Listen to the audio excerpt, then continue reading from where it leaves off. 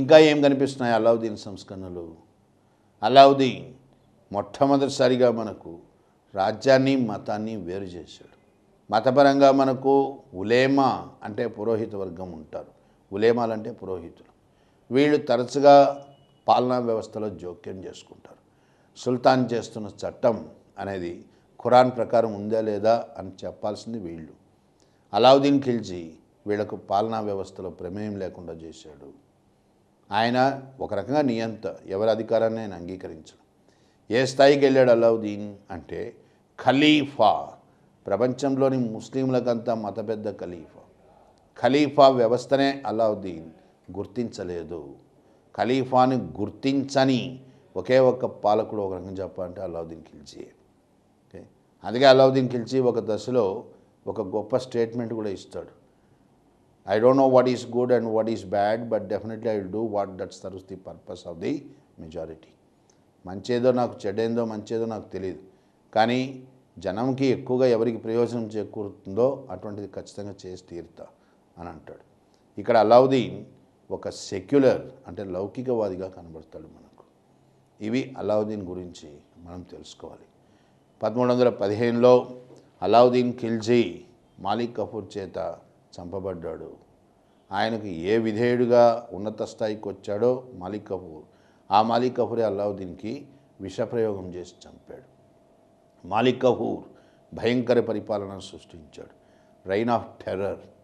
అలావుద్దీన్ ఖిల్జీ యొక్క కొడుకులు కిజ్రా మరియు కమలాదేవికి అలావుద్దీన్కి జన్మించినటువంటి వాడు కిజ్రా ఖాన్, మరియు అలావుద్దీన్ కమలాదేవికి జన్మించినటువంటి షాబుద్దీన్ వీళ్ళిద్దరిని కూడా మాలిక్ కఫూర్ చంపడం జరిగింది. ఈ భయంకర పరిపాలన తట్టుకోలేకనే మాలిక్ కఫూర్ యొక్క అంగరక్షకులు ఆయన నిద్రిస్తున్నప్పుడు ఆయన్ని చంపడం జరిగింది. ఇదంతా భయంకర పరిపాలన అన్నమాట. ఈ పరిస్థితులను చక్కదిద్దుతూ కుతుబుద్దీన్ ముబారక్ ఖిల్జీ ఈయన అధికారంలోకి రావడం జరిగింది.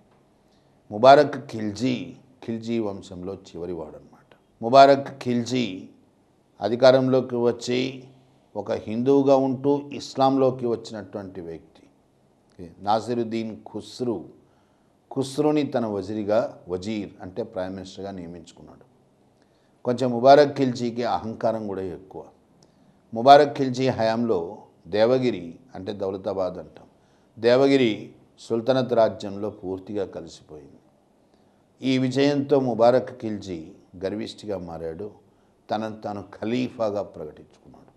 సుల్తాన్ల చరిత్రలో ఖలీఫాగా ప్రకటించుకున్నటువంటి సుల్తాన్ ఎవడు అంటే ముబారక్ ఖిల్జీ అన్నమాట. ముబారక్ ఖిల్జీ ఏ వజీర్నైతే గొప్పగా అభిమానించాడో అంటే నాసిరుద్దీన్ ఖుస్రు, ఆ వజీరే ముబారక్ ఖిల్జీని చంపడం జరిగింది.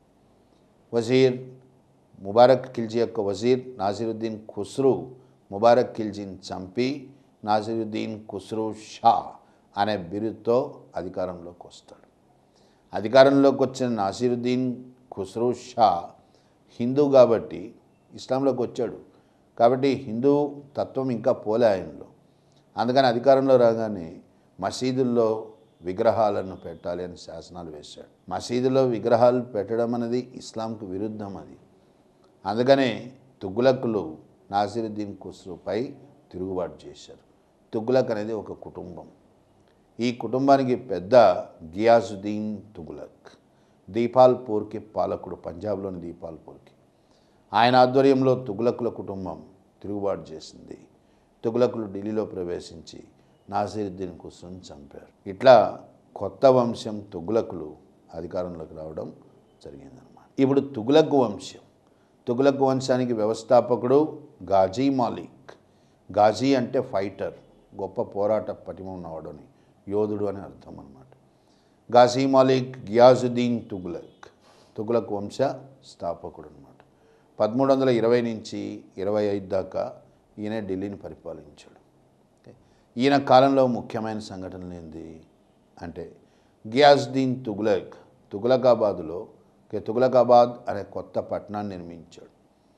ఇక్కడ ఢిల్లీ ఒక్కొక్క దశలో ఒక్కొక్క రకంగా విస్తరించబడుతుంది. ఇక్కడ ఎక్కడ కూడా మనం సుల్తాన్లు నిర్మించిన కట్టడాల గురించి చెప్పట్లే, ఎందుకంటే మనకు వాస్తు అనేది ఒక సపరేట్ చాప్టర్గా మనం డీల్ చేస్తామన్నమాట. ఇండో ఇస్లామిక్ సంస్కృతిలో అక్కడ ప్రస్తావిస్తాం. గియాసుద్దీన్ తుగ్లకాబాదును నిర్మించడం జరిగింది. ఈ తుగ్లకాబాద్లోనే గియాసుద్దీన్ తుగ్లక్ భారతదేశంలోనే మొట్టమొదటి సమాధి.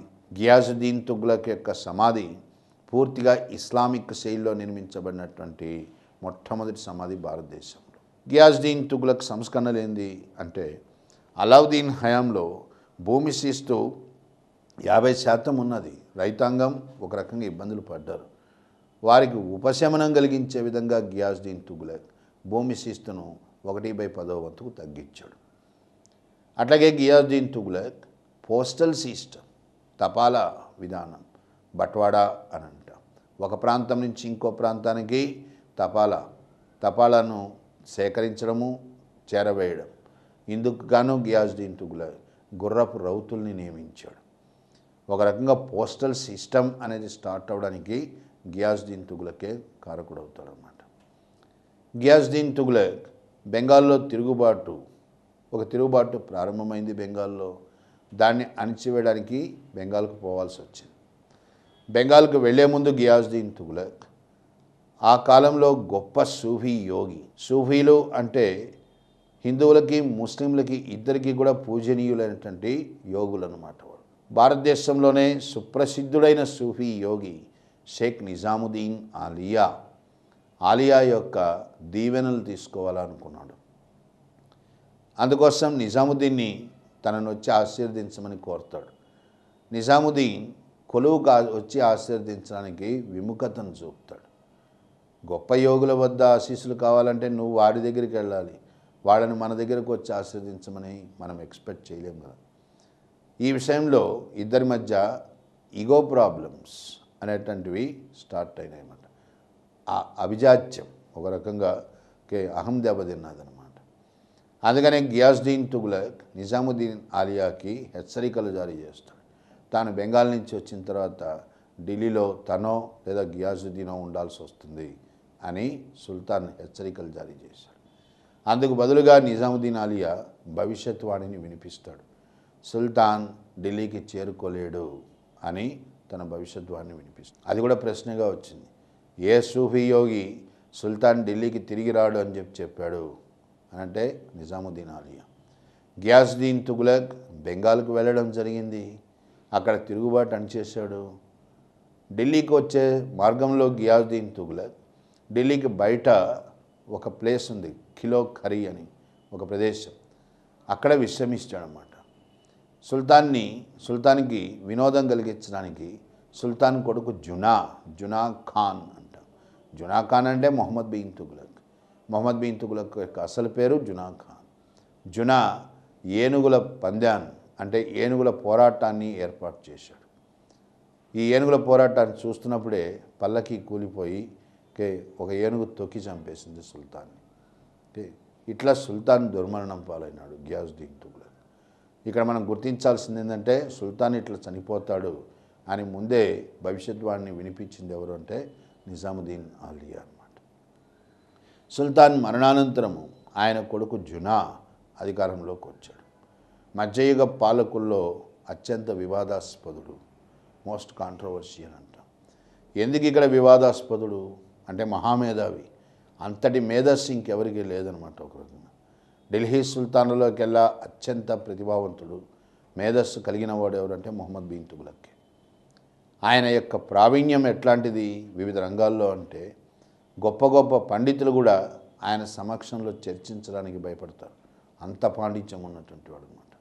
ముఖ్యంగా సామాన్య శాస్త్రాలు, మతపరమైనటువంటి గ్రంథాలు, అస్ట్రానమీ, ఖగోళ శాస్త్రము, ఇట్లాంటి శాస్త్రాల్లో గొప్ప ప్రవేశం ఉన్నటువంటి వాడు. శాస్త్రాల మీద ఎంత ప్రవేశం ఉండేవాడు అంటే నిఘంటువులు రాస్తాడు, డిక్షనరీలు రాస్తాడు. అందుకనే మొహమ్మద్ బిన్ తుగ్లక్ ఎక్సలెంట్ లెక్సికోగ్రాఫర్ అంటాం. లెక్సికోగ్రఫీ అంటే నిఘంటువు, డిక్షనరీలు రాయడం అనమాట. డిక్షనరీ రాస్తున్నామంటే అర్థమైంది ఆ సబ్జెక్ట్లో నీకు తెలియంది లేదనమాట. అంత గొప్ప పాండిత్యం ఉన్నవాడు మొహమ్మద్ బిన్ తుగ్లక్. అట్లాగే ఆయన మేధస్సు, జ్ఞాపక శక్తి, అపారమైన జ్ఞాపక శక్తి ఉన్నవాడు. ఇంత మేధస్సు, జ్ఞాపక శక్తి ఉన్నా కానీ ఆయనతో సమస్య ఏమిటి అని అంటే విచక్షణా జ్ఞానం.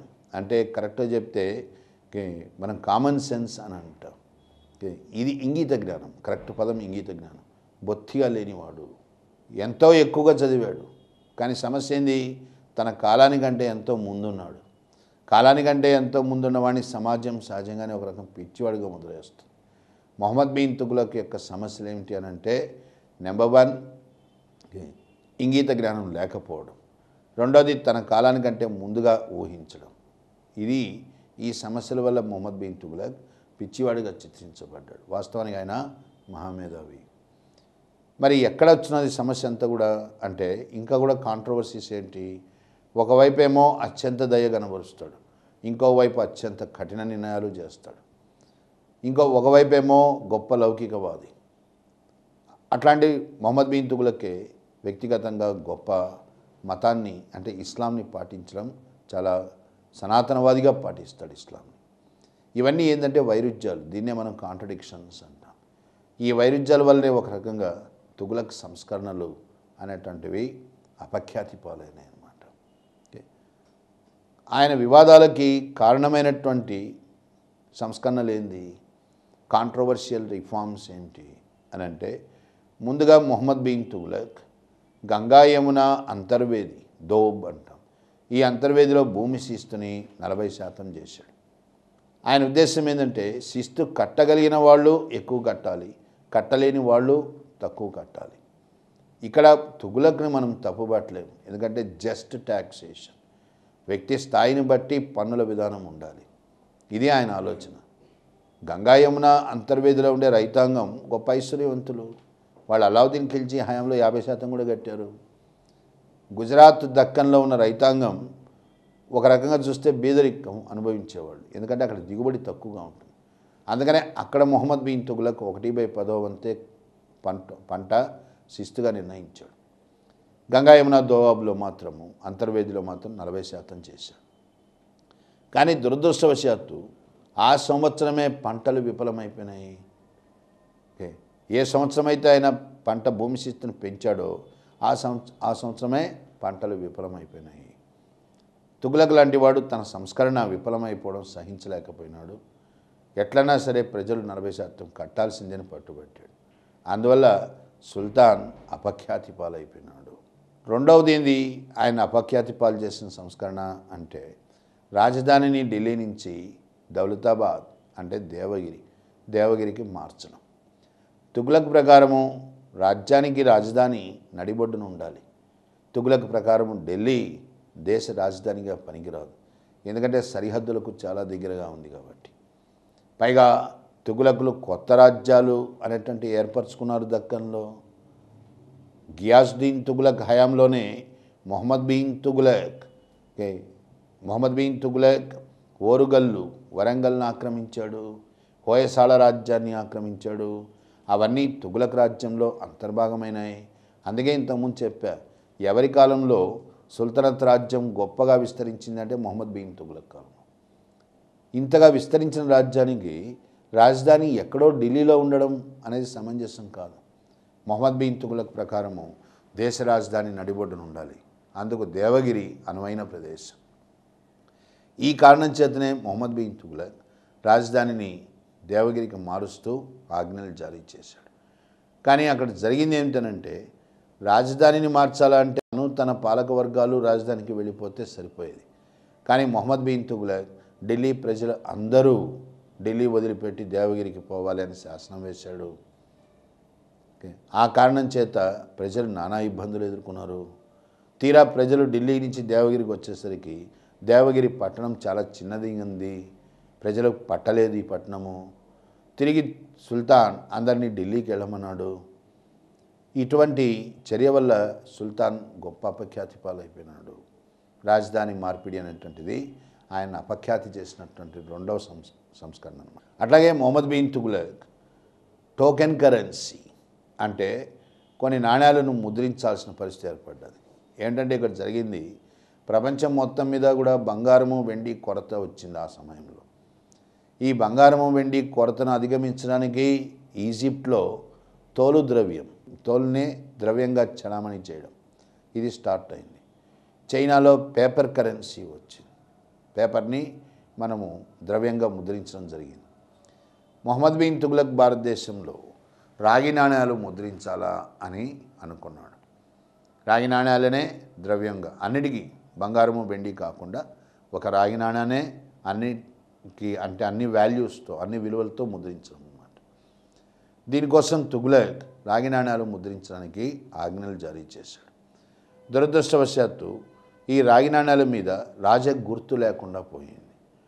రాజగుర్తు లేకుండా నాణ్యం ముద్రించబడ్డది అంటే అది దొంగ నాణ్యంతో సమానము.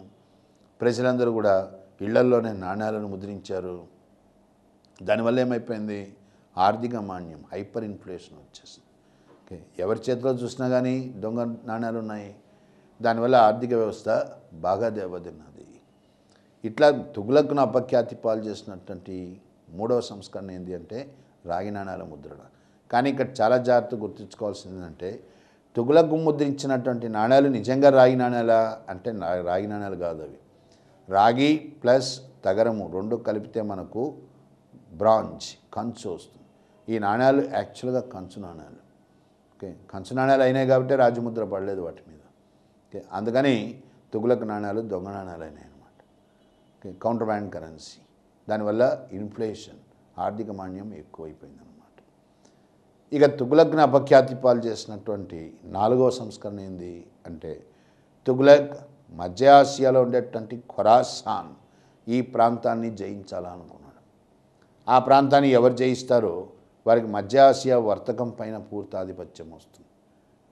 దాని ద్వారా రాబడి ఎక్కువగా ఉంటుంది పనుల రూపంలో. కానీ దాన్ని ఆక్రమించాలా అంటే ట్రాన్సాక్సియోనా గుండా వెళ్ళాలి, ఈ ప్రాంతం గుండా వెళ్ళాలి. ట్రాన్సాక్సియోనాకి పాలకుడు తార్మా షరీన్. తుగ్లక్కి తార్మా షరీన్కి మధ్య ఒప్పందం కుదిరింది ఖొరాసాన్ని ఆక్రమించడానికి. ఆ ఒప్పందం మేరకు తుగ్లక్ సైన్యాలు సమకూర్చుకున్నాడు. కానీ చివరి క్షణంలో తార్మా షరీన్ మద్దతు ఉపసంహరించుకున్నాడు. విధిలేని పరిస్థితుల్లో తుగ్లక్ తన సైన్యాలను హిమాలయాలలోని కౌమాన్ జమీందారుపై పంపాడు. ఎప్పటి నుంచో కౌమాన్ జమీందార్ కట్టాల్సినటువంటి శిస్తు కట్టట్లేదు. జరిగింది ఏమిటి అంటే ఈ సైన్యాలన్నీ కూడా విపరీతమైన చలికి తట్టుకోలేక అక్కడ నాశనం అయిపోయినాయి.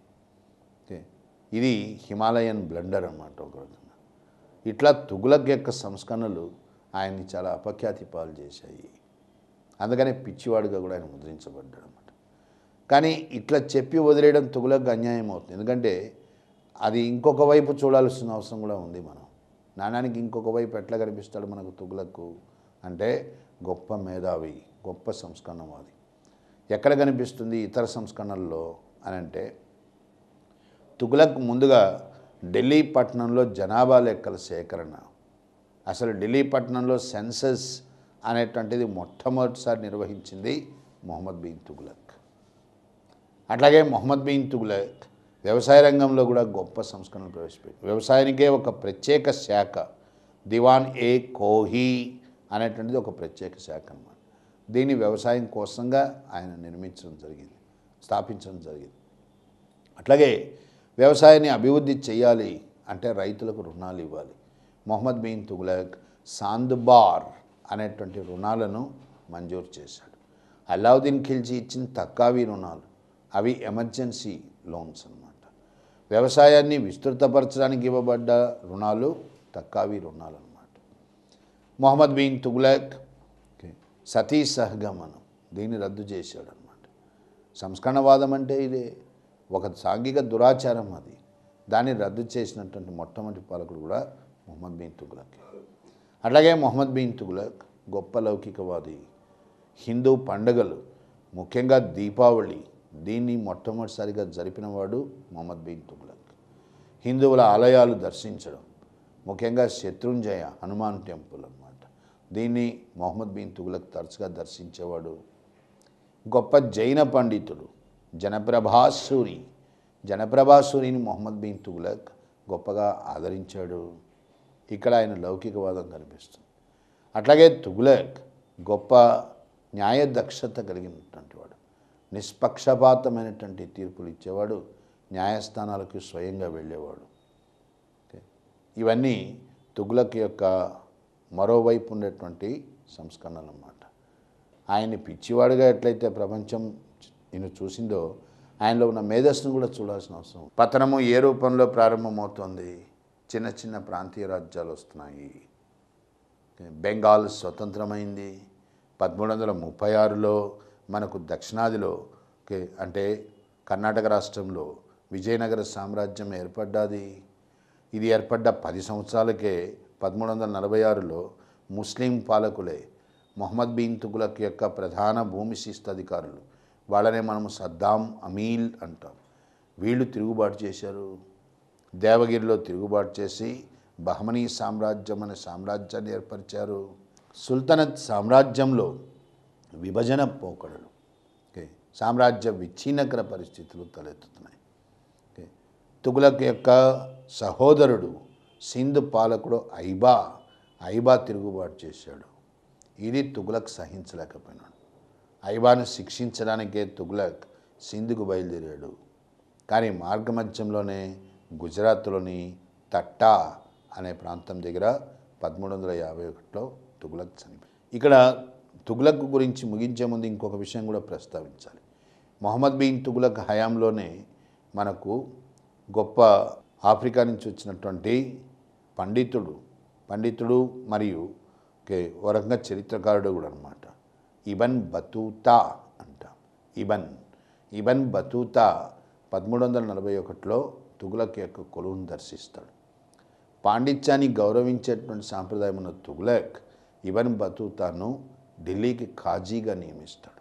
ఖాజీ మ్యాజిస్ట్రేట్. బతూతా మొహమ్మద్ బిన్ తుగ్లక్ యొక్క పరిపాలన పైన ఒక గొప్ప గ్రంథం రాస్తాడు. దాన్నే మనము రెహలా అంటాం. కితాబ్ ఏ రెహలా అంటే డైరీ, రోజువారీగా ఏం జరిగింది అనేది తాను చూసింది రాస్తాడనమాట. ఇది కూడా మనము గుర్తుంచుకోవాల్సిన అవసరం ఉంది. ఇప్పుడు మొహమ్మద్ బిన్ తుగ్లక్ చనిపోయినాడు. ఆయన తర్వాత ఎవరు రావాలి? మొహమ్మద్ బిన్ తుగ్లక్ సంతానం లేదు. మొహమ్మద్ బిన్ తుగ్లక్ యొక్క సహోదరుడు ఫిరోజ్ షా తుగ్లక్ సుల్తాన్గా ప్రకటించబడ్డాడు. ఇక్కడ 2 విషయాలు మనం గుర్తించాలి. ఒకటేంటంటే తండ్రి బతుకున్నప్పుడే అధికారంలోకి వచ్చినటువంటి 2వ సుల్తాన్. ఇంతకుముందు ఏం చెప్పాను, కైకుబాద్ తండ్రి బతుకున్నప్పుడు అది సుల్తాన్ అయినటువంటి మొట్టమొదటి సుల్తాన్. కైకుబాద్ బుగ్రా ఖాన్ యొక్క కొడుకు బాల్బన్ మనవడు. ఆయన తండ్రి బతుకుండగానే అధికారంలోకి వచ్చాడు. అట్లాగే ఫిరోజ్ షా తుగ్లక్ తండ్రి బతుకుండగా అధికారంలోకి వచ్చినటువంటి 2వ సుల్తాన్ అవుతాడు. రెండోది ఏంది అంటే ఫిరోజ్ షా తల్లి హిందూకు పుట్టినటువంటి 2వ సుల్తాన్ కూడా ఫిరోజ్ షా తుగ్లక్. ఒక హిందూ తల్లికి పుట్టినటువంటి మొట్టమొదటి సుల్తాన్ షహాబుద్దీన్. ఇంతకుముందు చెప్పాను, అలావుద్దీన్ ఖిల్జీ, కమలాదేవి వాళ్ళకు పుట్టినటువంటి షహాబుద్దీన్ హిందూ తల్లికి పుట్టినటువంటి మొట్టమొదటి సుల్తాన్ అన్నమాట. ఇప్పుడు ఫిరోజ్ అధికారంలోకి వచ్చాడు. ఫిరోజ్ సంస్కరణలు ఏంది? ఇక్కడ సంస్కరణ ముందు చర్చించే ముందు ఫిరోజ్ విధానం కూడా చర్చించాలి. ఆయన తల్లి హిందూ అయినప్పటికీ ఫిరోజ్ గొప్ప ఛాందసవాదిగా పరిపాలన చేశాడు. హిందువుల పట్ల కఠినమైన వైఖరిని అవలంబించాడు. ఒక ముస్లిం సనాతనవాదిగానే ఫిరోజ్ పరిపాలించాడు. ఎందుకంటే ఫిరోజ్కు చెప్పుకోదగ్గ విషయాలంటూ ఏమీ లేవు. ఆయన అసమర్థతను కాపాడుకోవడానికి ఆయన మతాన్ని వాడుకున్నాడు అన్నమాట. ముస్లింలో తన పేరు పెంపొందించుకోవడానికి హిందువుల పట్ల కఠినమైన వైఖరిని అవలంబించడం. ఫిరోజ్ షా తుగ్లక్ యొక్క సంస్కరణలు ఏంది? ఫిరోజ్ షా తుగ్లక్ యొక్క సంస్కరణలో భాగంగానే అదనపు పన్నులు, ఖురాన్లో ప్రస్తావించబడని పన్నులు, వీటన్నిటినీ రద్దు చేశాడు. ఈ అదనపు పన్నులను ఏమంటాము అంటే అబ్వబ్స్ అంటాం. ఫిరోజ్ షా తుగ్లక్ అదనపు పన్నులు, ఖురాన్లో ప్రస్తావించబడని అదనపు పన్నులు అబ్వబ్స్ని రద్దు చేసి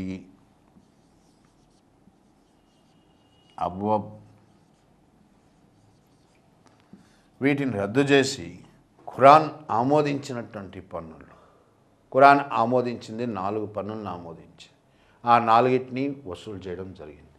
ఏమిటా 4 పన్నులు? వీటి మీద కూడా మనకు తరచుగా ప్రశ్నలు వస్తుంటాయి. ఖురాన్ అంగీకరించినటువంటి పన్నులు ఖామ్స్, ఖరాజ్, జకత్ అండ్ జిజియా. ఖామ్స్ అంటే ఒకరిపై దాడి చేసినప్పుడు నీకు ఆదాయం సంక్రమిస్తుంది విజయం సాధిస్తే. ఎంత ఆదాయం వస్తుందో గెలిచినప్పుడు ఆ ఆదాయంలో 1/5 వంతు సుల్తాన్కి వెళ్తుంది. దీన్ని ఖామ్స్ అంటారు. ఇందాకే చెప్పాను, అలావుద్దీన్ ఖిల్జీ ఈ పన్నునే జలాలుద్దీన్ ఖిల్జీకి చెల్లించకుండా తన దగ్గర పెట్టుకున్నాడు అనమాట. అట్లాగే ఖరాజ్, ఇది చాలా ఇంపార్టెంట్. ఇది ఖరాజ్ అంటే యాక్చువల్గా భూమి శిస్తు. ఎవరు కట్టే భూమి శిస్తు? ముస్లింలు కట్టే భూమి శిస్తు ఖరాజ్ అవుతుంది. ముస్లింలు కాని వాళ్ళు చెల్లించే అంటే ముస్లిమేతరులు చెల్లిస్తే దాన్ని ఉషర్ అంటాం. ఉషర్. మరి ఖరాజ్ ఎంత, ఉషర్ ఎంత? ఖరాజ్ అంటే ఉషర్లో సగభాగం. అంటే ముస్లిం కానివాడు ఎంత భూమి శిస్తు చెల్లిస్తాడో అందులో సగం మాత్రమే ముస్లింలు చెల్లిస్తారు. ఓకే, సో ఇక్కడ ఖరాజ్ అంటే భూమి శిస్తు అని అర్థం. అట్లాగే జకత్ అంటే చారిటీ ట్యాక్స్. చారిటీ ట్యాక్స్ అంటే మనము మతపరమైన సంస్థలు, కొన్ని ధార్మిక సంస్థలు ఉంటాయి, కరెక్ట్ పదం ధార్మిక సంస్థలు, వీటి నిర్వహణ కోసం వసూలు చేసేటువంటి పన్నుని మనం జకత్ అంటాం. ఓకే, అంటే ఇప్పుడు మదరసా, ముస్లింల యొక్క విద్యా సంస్థలు ఉంటాయి మదరసాలు, అట్లాగే ముస్లింలకు అనాథ ఆశ్రమాలు ఉంటాయి. వీట్లాంటి వాటిని నిర్వహించడానికి ఉపయోగించేటువంటి పన్ను అన్నమాట. అది ఎంత ఈ పన్ను అంటే వ్యక్తి ఆదాయంలో 2 నుంచి 2.5%, 2.5%. ఒక వ్యక్తికి సంవత్సర ఆదాయంలో ఎంతైతే వస్తుందో అందులో 2 నుంచి 2.5% దాన ధర్మాల కోసం ఖర్చు పెట్టాలి, ముఖ్యంగా ధార్మిక సంస్థల నిర్వహణ కోసం. అట్లాంటి పన్నుని జకత్ అంటాం. ఇంతకుముందే జిజియా గురించి ప్రస్తావించాం. జిజియా అంటే ఇస్లామిక్ రాజ్యంలో ముస్లిమేతరుల అందరిపైన విధించబడేటువంటి పన్ను జిజియా. ఎందుకంటే ఇస్లామిక్ రాజ్యంలో ముస్లిమేతరులు నివసించడానికి హక్కు లేదు, కానీ ఇస్లామిక్ రాజ్యం వాళ్ళ మాన ప్రాణాలు కాపాడుతుంది. అందుకోసం ముస్లిమేతరులు ఇస్లామిక్ రాజ్యానికి పన్ను చెల్లిస్తారు. ఇది చెప్తూ మీకు సింధులో జరిగింది మొట్టమొదటిసారిగా ఇట్లా జిజియా వసూలు చేయడం. అక్కడ ఒక విషయాన్ని కూడా ప్రస్తావించాం మనం. జిజియా ఎవరు కట్టాల్సిన పని లేదు, స్త్రీలు, బానిసలు, అట్లాగే చిన్నపిల్లలు, వీళ్ళెవరు జిజియా పని లేదు, బ్రాహ్మణులు. కానీ క్వశ్చన్ ఎట్లా ఇచ్చాడంటే, ఒకసారి బ్రాహ్మణులకు జిజియా నుంచి మినహాయింపు ఉన్నా ఏ ఢిల్లీ సుల్తాన్ జిజియా వసూలు చేశాడు బ్రాహ్మణుల నుంచి అని? అది ఫిరోజ్ షా తుగ్లక్. ఫిరోజ్ షా తుగ్లక్ బ్రాహ్మణుల నుంచి కూడా జిజియా వసూలు చేయడం జరిగింది. ఇందాకే చెప్పాను ఎందుకు చేస్తున్నాడు ఆయన అట్లా అంటే ముస్లింల్లో తన మద్దతు పెంచుకోవడానికి అన్నమాట, అంతే. అట్లాగే ఫిరోజ్ ఇతర సంస్కరణలు ఏంది అంటే, ఫిరోజ్ హయాంలో మనకు భారీ స్థాయిలో నీటిపారుదల సౌకర్యాలు ఇవి నిర్మించడం జరిగింది. ముఖ్యంగా కాలువలు. యమునా నదికి సట్లెస్ మధ్య ఫిరోజ్ షా తుగ్లక్ 4 పెద్ద వ్యవసాయ కాలువలు తవ్విస్తాడు. ఈ వ్యవసాయ కాలువలు తవ్వించడానికి గాను భారీ స్థాయిలో ఖర్చు జరుగుతుంది. అంటే ఖర్చు మనము పెట్టుకోవాల్సి వచ్చింది. ఆ ఖర్చును పూడ్చుకోవడానికి గాను ఫిరోజ్ షా తుగ్లక్ నీటి పన్నును విధించాడు. ఈ నీటి పన్నును ఏమంటారు అని కూడా అడిగాడు. ఈ నీటి పన్నుని హాకీ షిర్బ్ అంటారు. హాకీ షిర్బ్ ఎంత ఇది అంటే పంటలో 1/10 వంతు. 4 పెద్ద పెద్ద వ్యవసాయ పంట కాలువలు తవ్వాడు కాబట్టి అందుకైనా ఖర్చును పూడ్చుకోవడానికి గాను నీటి పన్ను హాకీ షిర్బ్ విధించబడ్డం జరిగింది. ఓకే, ఇంకా ఏం జరుగుతున్నది ఇక్కడ అంటే, ఫిరోజ్ గొప్ప పట్టణ నిర్మాత. గొప్ప గొప్ప కట్టడాలు స్టార్ట్ అవుతున్నాయి. ఆర్కిటెక్చర్కి వెళ్ళినప్పుడు చెప్తాం. పట్టణాల పరంగా ఫిరోజ్ షా తుగ్లక్కి 5 పట్టణాలు. తన సహోదరుడు ఎవరి మృతి వల్ల తాను సుల్తాన్ అయినాడో ఆయన పట్ల అభిమానం, అంటే మొహమ్మద్ బిన్ తుగ్లక్ పట్ల అభిమానంతో. మొహమ్మద్ బిన్ తుగ్లక్ అసలు పేరు జునా అన్నాము. ఓకే, ఆ పేరు వచ్చేటట్టుగా పట్టణం, దాన్నే మనము జాన్పూర్ అంటాం. ఫిరోజ్ షా తుగ్లక్ జాన్పూర్, జాన్పూర్, ఫిరోజ్పూర్, ఫిరోజ్బాద్, ఫతేపూర్ మరియు ఫతేబాద్ ఇట్లా 5 పట్టణాలు నిర్మించాడు. ఈ జాన్పూర్ ఇంతకుముందే ప్రస్తావించాం. మొహమ్మద్ బిన్ తుగ్లక్ యొక్క జ్ఞాపకార్థము గోమతి నదీ తీరాన ఉత్తరప్రదేశ్లో నిర్మించబడ్డదన్నమాట.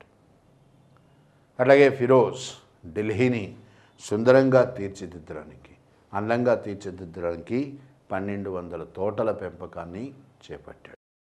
ఇంకా ఏమున్నాయి ఈయన సంస్కరణలు అంటే, ముస్లిం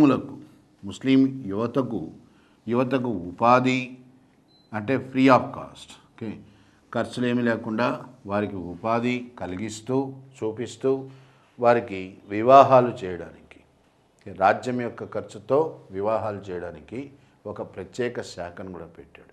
దాన్నే మనం ఎంప్లాయ్మెంట్ బ్యూరో అని కూడా అనొచ్చు. దాన్ని ఏమంటాము? దివాన్ ఏ ఖైరాట్ అంటాం. దివాన్ ఏ ఖైరాట్ దివాన్ ఏ ఖైరాట్ అంటే ఎంప్లాయ్మెంట్ బ్యూరో, యువతకు ఉపాధి చూపిస్తూ వాళ్ళ వివాహాలు జరిపించేటువంటి శాఖ. ఇది ముస్లిం యువతకే. అట్లాగే ఫిరోజ్ షా తుగ్లక్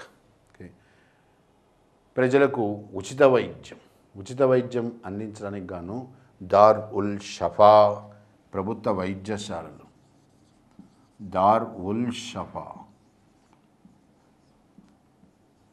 వీటిని ప్రవేశపెట్టాడు, ప్రభుత్వ వైద్యశాలలు. అట్లాగే ఫిరోజ్ సైనిక వ్యవస్థలో సైన్యం దగ్గరికి వచ్చేసరికి వంశపారంపర్య విధానాన్ని ప్రవేశపెట్టాడు. ఏ విధానాన్ని అయితే అల్లావుద్దీన్ రద్దు చేశాడో, ప్రతివాధారంగానే ఉండాలన్నాడో, ఫిరోజ్ షా తుగ్లక్ దానికి తిలోదకాలు ఇచ్చి తిరిగి వంశపారంపర్యాన్ని పెట్టాడు. అట్లాగే ఫిరోజ్ అల్లావుద్దీన్ కొన్ని విధానాలను కూడా తిరగదోడాడు అన్నమాట. అల్లావుద్దీన్ ఖిల్జీ మనకు ఇక్తాలు ఇవ్వడం ఆపేశాడు అని చెప్పాడు. ఫిరోజ్ షా తుగ్లక్ తిరిగి ఇక్తా విధానాన్ని పెంపొందించాడు అన్నమాట, తిరిగి దాన్ని పునరుద్ధరించాడు. ఇవి భవిష్యత్తులో సమస్యలు తెచ్చిపెట్టారన్నమాట. ఒక రకంగా ఢిల్లీ సామ్రాజ్యం పతనము అనేటువంటిది ఫిరోజ్ షా తుగ్లక్ యొక్క సంస్కరణలతోనే ముడిపడి ఉన్నదన్నమాట. అట్లాగే ఫిరోజ్ బానిసలు వీళ్ళ పట్ల కూడా ఆయన ఎక్కువగా ఆదరణ చూపాల్సిన ఆదరణ కంటే ఎక్కువ చూపడం అన్నమాట. ముఖ్యంగా ఆఫ్రికా నుంచి వచ్చినటువంటి కాంగో బానిసలు వీళ్ళ పట్ల ఆయన ఎక్కువ ఉదార వైఖరిని కనబరిచేవాడు. ఓకే, వీళ్ళ యొక్క బాగోగులు సంక్షేమం వాటిని చూడ్డానికే ఫిరోజ్ షా తుగ్లక్ ఒక ప్రత్యేకమైనటువంటి శాఖను కూడా ఏర్పరిచాడు. దాన్ని ఏమంటాము అంటే బాండగన్ అంటాం. బాండగన్ అంటే ఏంది? ఇది కూడా ప్రశ్నగా అడిగాడు.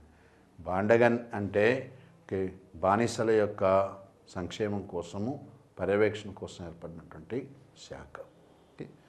ఇవి ఫిరోజ్ తన యొక్క మంచి బుద్ధితో చేసినప్పటికీ కూడా వీటి యొక్క ఫలితాలు నెగటివ్ ఎఫెక్ట్స్ అని అంటాం. వీటి ఫలితాలు మనకు రాజ్య ప్రయోజనాన్ని దెబ్బగొట్టే ఫలితాలుగా వచ్చాయి.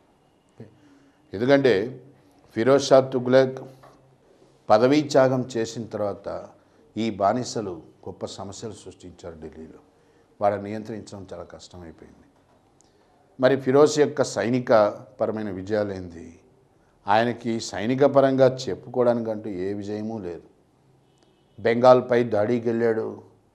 అక్కడ బెంగాల్ పాలకుడైన సికిందర్ ఆయనపై విజయం సాధించలేక ఫిరోజ్ షా తుగ్లక్ సికిందర్తో ఒప్పందం చేసుకొని వచ్చాడు. ఈ అవమానాన్ని కప్పిపుచ్చుకోవడానికే ఫిరోజ్ షా తుగ్లక్ లింగరాజా టెంపుల్ భువనేశ్వర్ దీనిపై దాడి చేశాడు. నాగర్కోట్లో ఉన్న జ్వాలాముఖి ఈ ఆలయాన్ని ధ్వంసం చేశాడు. అట్లాగే ఫిరోజ్ షా తుగ్లక్ సింధులో తిరుగుబాటు జరిగింది. ఆ తిరుగుబాటు నడచడానికి అంటూ పోతూ థార్ ఎడారిలో దారి తప్పిపోయినాడు అని దానివల్ల మనకేం తెలుస్తుందంటే ఆయనకు అసలు పూర్తిగా అవగాహన లేదు అని చెప్పి తెలుస్తుంది అన్నమాట. ఫిరోజ్ షా తుగ్లక్ యొక్క ప్రధాని వజీర్ ఖాన్ జహాన్ మక్బూల్ ఈయన సమయానికి ఫిరోజ్ను ఆదుకున్నాడు. లేకపోతే ఫిరోజ్ థార్ ఎడారిలోనే చాలా సమస్యలు ఎదుర్కొని ఉండాల్సి వచ్చేది. ఇవన్నీ ఫిరోజ్ షా తుగ్లక్ సంబంధించినంత వరకు మనం గుర్తుంచుకోవాల్సిన అంశాలు. ఫిరోజ్కి సంగీతము, సాహిత్యము వీటి పట్ల కూడా మంచి అభిరుచి ఉంది. సంగీతంలో ఫిరోజ్ షా తుగ్లక్ రాగ్ దర్పణ్ అనే హిందుస్థానీ సంగీతానికి సంబంధించిన గ్రంథం, దాన్ని పర్షియన్లోకి తర్జుమా చేయించాడు. అట్లాగే సాహిత్యం, తన యొక్క స్వీయ చరిత్ర, దీన్నే ఫిరోజ్ షాహీ, దీన్ని తుజక్, ఈ తుజక్ అంటే ఆత్మకథ అనమాట ఒక రకంగా. తుజక్ రూపంలో ఫిరోజ్ రచించడం జరిగింది. ఫిరోజ్ షా యొక్క కొలువులోనే ఇద్దరు గొప్ప పర్షియన్ పండితులు వస్తారు మనకు. బరానీ, జియావుద్దీన్ బరానీ, షామ్సు షిరాజ్ అఫీఫ్. వీళ్ళిద్దరూ గొప్ప పాండిత్యం ఉన్నవాళ్ళు. ముఖ్యంగా బరానీ ఫిరోజ్ షా తుగ్లక్, మొహమ్మద్ బిన్ తుగ్లక్ మరియు ఫిరోజ్ షా తుగ్లక్ వీళ్ళిద్దరిపైన రచన చేస్తాడు. బరానీ మరియు అఫీఫ్ వాళ్ళిద్దరూ వేరువేరు అయినప్పటికీ కూడా ఇద్దరు ఒకే టైటిల్, అంటే ఒకే రకమైనటువంటి శీర్షికన రెండు వేరువేరు గ్రంథాలు రాస్తారు. బరానీ మరియు అఫీఫ్ ఇద్దరు కూడా తారీఖ్ ఏ ఫిరోజ్ షాహీ అనేటువంటి టైటిల్ శీర్షికన రెండు వేరువేరు గ్రంథాలు రచించడం జరిగింది. ఈ రెండు వేరువేరు కానీ టైటిల్ ఒకటే, తారీఖ్ ఏ ఫిరోజ్ షాహీ. ఇది ఫిరోజ్ షా తుగ్లక్ హయాంలో చోటు చేసుకున్న ముఖ్యమైన సంఘటన. 1389లో ఫిరోజ్ పదవి త్యాగం చేశాడు, పదవి నుంచి తప్పుకున్నాడు. తుగ్లక్ వంశంలో మనకు చిట్ట చివరివాడు మొహమ్మద్ షా తుగ్లక్. మొహమ్మద్ షా తుగ్లక్ హయాంలో అంటే 1398లో తైమూర్, పర్షియా పాలకుడైనటువంటి తైమూర్ భారతదేశంపై దాడికి వచ్చాడు. ఢిల్లీని కాపాడాల్సినటువంటి మొహమ్మద్ షా తుగ్లక్ ఢిల్లీ వదిలి పారిపోయినాడు, గుజరాత్లో ఆశ్రయం పొందాడు. తైమూర్ ఢిల్లీని విచ్చలవిడిగా దోచుకున్నాడు. మొహమ్మద్ షా తుగ్లక్ హయాంలోనే ఢిల్లీ సుల్తానత్ అధికారము అనేది కేవలం ఢిల్లీకే పరిమితమైంది, ఢిల్లీలోని పాలం వరకు పరిమితమైంది. అందుకనే మొహమ్మద్ షా తుగ్లక్ని ఆలం టు పాలం అని కూడా అంటాం. ఈయన పారిపోవడం వల్ల, ఆయన అసమర్థత వల్ల ఆ ఒక్క సంవత్సరమే, అంటే తైమూర్ ఏ సంవత్సరం అయితే దాడి చేశాడో 1398, ఆ ఒక్క సంవత్సరమే మనకు 3 స్వతంత్ర రాజ్యాలు వచ్చాయి. ఏమిటా 3 స్వతంత్ర రాజ్యాలు? జాన్పూర్, గుజరాత్, మాల్వా, ఇట్లా 3 స్వతంత్ర రాజ్యాలు ఏర్పడ్డాయి. అంటే ఢిల్లీ సామ్రాజ్యం, ఢిల్లీ సుల్తనత్ సామ్రాజ్యం పూర్తి స్థాయిలో విచ్ఛిన్నమైపోతున్నది అని అర్థం అన్నమాట. భారతదేశంపై దాడికి వచ్చిన తైమూర్ తిరిగి వెనక్కిపోతూ తన ప్రతినిధిగా ఖిజ్రా ఖాన్ని నియమిస్తాడు. ఆ ఖిజ్రా ఖానే సయ్యద్ వంశము, సుల్తాన్లలో 4వ వంశం సయ్యద్ వంశం, దీన్ని స్థాపించాడు. ఇప్పుడు 4వ సుల్తాన్ల వంశము సయ్యద్ వంశం. ఎప్పటి నుంచి ఎప్పటిదాకా? 1414 నుంచి 1451 దాకా, దాదాపుగా 37 ఏళ్ల పాటు నలుగురు సుల్తాన్లు పరిపాలించారు. ఈ నలుగురు చెప్పుకోదగ్గ సుల్తాన్లు కాదు. మొహమ్మద్ షా, అహ్మద్ షా, ముబారక్ షా, అలావుద్దీన్ ఆలం షా. వీళ్ళలో మనకు ముబారక్ షా కొంత ముఖ్యమైన వాడు అవుతాడు. ఎందుకనంటే ముబారక్ షా హయాంలోనే ఆయన కొలువులోని పర్షియన్ పండితుడు యాహ్యా బిన్ అహ్మద్ అంట, యాహ్యా బిన్ అహ్మద్ సర్హిందీ, ఈయన తారీఖ్ ఏ ముబారక్ షాహీ అనేటువంటి గ్రంథం రాస్తాడు ముబారక్ షా యొక్క పరిపాలన పైన. ముబారక్ షా తర్వాత వచ్చినవాడు అలావుద్దీన్ ఆలం షా. అలావుద్దీన్ ఆలం షా హయాంలో లోడీలు తిరుగుబాటు చేశారు. ఢిల్లీ సుల్తనత్లో చిట్ట చివరి వంశం లోడీలు. ఎవరి లోడీలు? వాస్తవంగా లోడీలు ఆఫ్ఘాన్ జాతికి చెందినవాళ్ళు. సుల్తనత్లో అన్ని కుటుంబాలు, అన్ని తెగలు అధికారంలోకి వచ్చాయి. అందుకనే లోడీలు కూడా తమ వంతు ప్రయత్నం చేశారు అధికారంలో రావడానికి. లోడీలు బహలాల్ లోడీ ఈయన ఆధ్వర్యంలో ఢిల్లీలో ప్రవేశించారు. అలావుద్దీన్ ఆలం షాకి ఛాయిస్ ఇవ్వబడ్డది. అంటే ఆయన మక్కా కన్నా వెళ్ళొచ్చు, లేకపోతే చావును ఎదుర్కోవాల్సి వస్తుంది. అలావుద్దీన్ ఆలం షా మక్కాకు పోవడానికి సిద్ధపడ్డాడు. ఇట్లా లోడీలు ఢిల్లీని ఆక్రమించారు. సుల్తనత్ చరిత్రలో చిట్ట చివరి వంశం లోడీలు. లోడీ వంశానికి స్థాపకుడు ఎవడు? లోడీలు ఇప్పుడు ఎప్పటి నుంచి ఎప్పటిదాకా పరిపాలించడం మనం ఆల్రెడీ కాలక్రమ పట్టిక ఇచ్చేసాం. 1451 నుంచి లోడీలు 1526 దాకా పరిపాలించారు. 51 to 1526. అతి తక్కువ సంఖ్య గల సుల్తాన్లు కూడా లోడీలే, ముగ్గురే, కేవలం ముగ్గురు. మొట్టమొదటివాడు అంటే ఈ వంశానికి స్థాపకుడు బహలాల్ లోడీ. బహలాల్ లోడీ లోడీ వంశానికి స్థాపకుడు అనమాట. బహలాల్ తర్వాత వచ్చినటువంటి వాడు సికిందర్. సికిందర్ మనకు లోడీ వంశంలో సుప్రసిద్ధుడు అని చెప్తాం. ఆయన అసలు పేరే నిజాం ఖాన్. సికిందర్ లోడీ రాజధానిని ఢిల్లీ నుంచి ఆగ్రాకు మార్చాడు. ఎందుకంటే ఢిల్లీలో కుట్రలు చాలా ఎక్కువ అవుతున్నాయి, సుల్తాన్లపైన హత్యా ప్రయత్నాలు జరుగుతున్నాయి. అందుకని ఈ ప్రయత్నాల నుంచి తప్పించుకోవడానికి రాజధానిని ఢిల్లీ నుంచి ఆగ్రాకు మార్చడం జరిగింది. 1503లో ఆగ్రా సిటీ, ఆగ్రా పట్టణము సికిందర్ లోడీ చేతనే నిర్మించబడ్డదన్నమాట. సికిందర్ లోడీకి పర్షియన్ సాహిత్యంలో చక్కటి ప్రవేశం ఉంది. ఆయన కలం పేరు గుల్ రుఖీ. గుల్ రుఖీ అనే కలం పేరుతో ఆయన పద్యాలు రచించడము, గజల్స్ రచించడం కూడా జరిగింది. సికిందర్ లోడీ అలావుద్దీన్ ఖిల్జీ వలె మార్కెట్ ధరలు వీటిని కూడా నియంత్రించడానికి ప్రయత్నించాడు. సికిందర్ లోడీతో సమస్య ఏమిటంటే మత సహనం ఏమాత్రము లేనివాడు సికిందర్. సికిందర్ లోడీ హయాంలోనే కబీర్, గొప్ప భక్తి ఉద్యమకారుడు కబీర్, హిందూ ముస్లింల ఐక్యత కోసం పాటుపడ్డవాడు కబీర్. కబీర్ హిందూ ముస్లింల ఐక్యతను బోధించడం సికిందర్కి ఏమాత్రము సహించలేదు. కబీర్ని శిక్షించాడు సికిందర్ లోడీ. ఇవన్నీ సికిందర్ లోడీకి సంబంధించి మనం గుర్తుంచుకోవాల్సిన అంశాలు. సికిందర్ తర్వాత వచ్చినటువంటి వాడు ఇబ్రహీం లోడీ. ఇబ్రహీం లోడీ లోడీల్లో చివరివాడు, ఢిల్లీ సుల్తాన్లలోనూ చివరివాడు. అట్లా ఢిల్లీ సుల్తానత్ ఒక రకంగా నాటి ఒక రకంగా పూర్తిగా చెప్పాలంటే ఇబ్రహీం లోడీ హయాంలోనే అంతమైపోయింది.